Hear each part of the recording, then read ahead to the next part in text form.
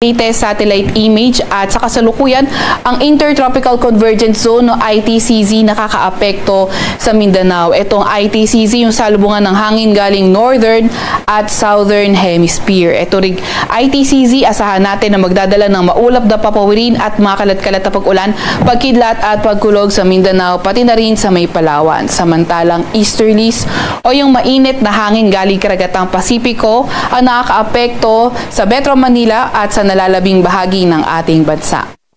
At asahan naman natin yung lagay ng panahon sa Metro Manila at sa nalalabing bahagi ng ating kapuluan, partly cloudy to cloudy skies, kung saan mainit at maalinsangan umaga hanggang tanghali at pagdating ng hapon tumataas yung mga tsansa ng mga localized thunderstorms. Yung mga kasamahan natin sa Regional Services Division patuloy na maglalabas ng mga thunderstorm advisory, rainfall advisory o hindi kaya heavy rainfall warning kung kinakailangan.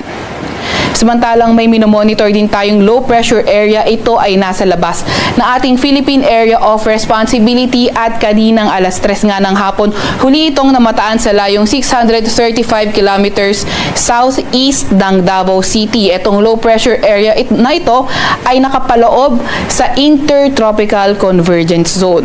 Itong low pressure area na ito, although nasa labas siya ngayon ng ating Philippine Area of Responsibility, posible itong pumasok ng ating PAR sa mga susunod na araw at makaapekto sa ilang bahagi ng Mindanao.